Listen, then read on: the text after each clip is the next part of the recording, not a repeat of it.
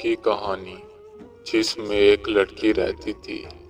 اس لڑکی کا نام صبا تھا۔ وہ لڑکی اس گاؤں میں اپنے ماں باپ کے ساتھ رہتی تھی۔ اس نے اپنی ماں سے پوچھا کہ آپ پہلے کا وقت کس طرح سے گزارتی تھی۔ اس کی ماں نے بتایا کہ میں صبح سویرے اٹھ کر اپنے ماں باپ کے لیے کوسوں دور جا کر کنویں کا پانی بھر کے واپس آتی تھی اور وہ پانی گھر میں روزمرہ کی ضروریات کے مطابق خرچ ہوتا تھا۔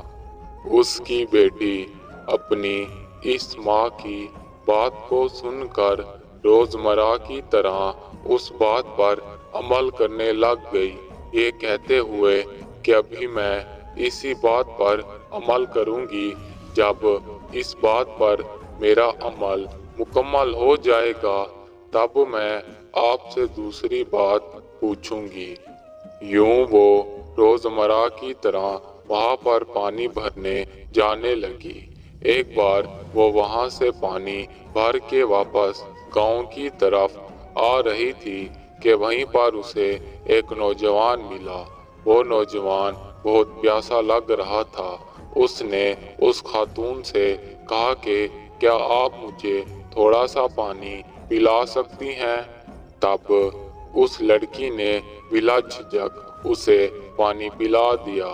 پانی پلانے کے بعد کچھ دیر اس کے ساتھ بات کرنے کے بعد وہ گھر واپس پہنچی اور گھر جا کر جب بھی کوئی بھی کام کرتی تو اسے اس شخص کا خیال آنے لگ جاتا اور وہ شخص گاؤں سے باہر جا ہی نہیں پا رہا تھا اس کی یاد کی وجہ سے۔ تب وہ اس کے گھر پہنچا۔ تب اس لڑکی کے گھر والوں کو سارا ماجرا پتہ چل گیا تو اس کے گھر والوں نے اسے بہت بے عزت کیا اور باہر پانی بھرنے سے بھی انکار کر دیا۔ تب اسی گاؤں کے ایک بزرگ کے پاس اس لڑکی کو لے کر گئے کہ بابا جی اسے کچھ تعلیم دیں، یہ جاہلوں کی طرح ادھر ادھر گرتی پڑتی رہتی ہے لوگوں پہ۔ اس بزرگ نے انہیں یقین دلایا اور ان کے ماں باپ کو وہاں سے روانہ کر دیا۔ وہ لڑکی نہایت ہی بہت خوبصورت تھی۔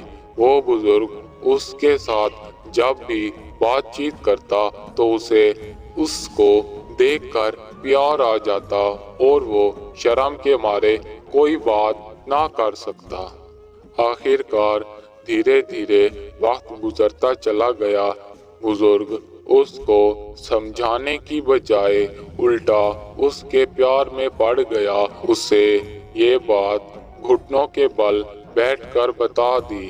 اس لڑکی نے خوشی خوشی ہاں کر ڈالی اور وہ بزرگ اس جوان لڑکی سے نکاح کر کے جب اس کے گھر کو آیا تو اس کے گھر والوں کو ایسا جھٹکا لگا کہ جیسے ان کے لیے آج ہی قیامت برپا ہو گئی ہو۔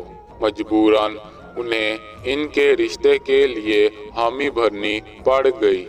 ان کی شادی کو ابھی 7 دن بھی نہ گزرے تھے کہ وہ لڑکی گاؤں سے بھاگ گئی اس نوجوان کے ساتھ۔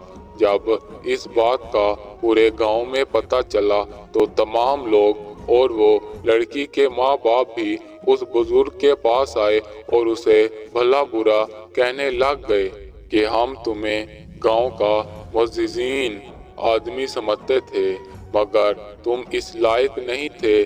اپنی عمر کا تو لحاظ کیا ہوتا ایک جوان لڑکی سے شادی کرتے وقت۔